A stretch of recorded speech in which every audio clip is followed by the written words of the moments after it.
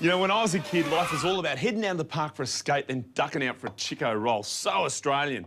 But if you've ever had one, of course, you'll know that the great mystery is what goes into it. You kind of don't really want to ask, do you? Well, guess what? I've done the research and the answer's in. I like to call it Ed's Mystery Roll. These rolls of mine take less than 8 minutes start to finish. Now, to get things going, tablespoon of butter into a pot.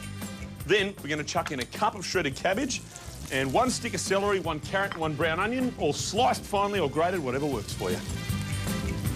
You'll need to saute this off for a minute or two just until the veggies are softened. Then you've got to crumble in 1 chicken stock cube and throw in about 150 grams of cooked leftover lamb. This is a great way to use up yesterday's roast. Lastly, add a teaspoon of plain flour and some salt and pepper. You can go pretty easy on the salt and pepper because remember the chicken stock cube itself's got quite a bit of seasoning in it. And that is our filling. Now you probably remember that the Chiko rolls pastry was, how do I put it, unique. Well, don't worry, you can in fact get a pretty near equivalent by using some spring roll pastry. You'll find it at Asian grocers and some supermarkets for about $1.50 a packet.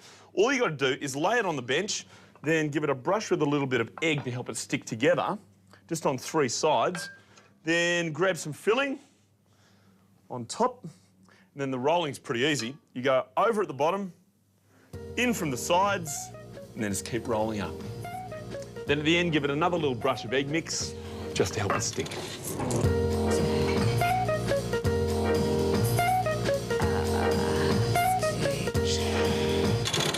We have to deep fry our rolls in oil about 180 degrees. Now, to test if the oil's hot enough, put a drop of our beaten egg in there. If it floats straight away, which it has, it's ready to go.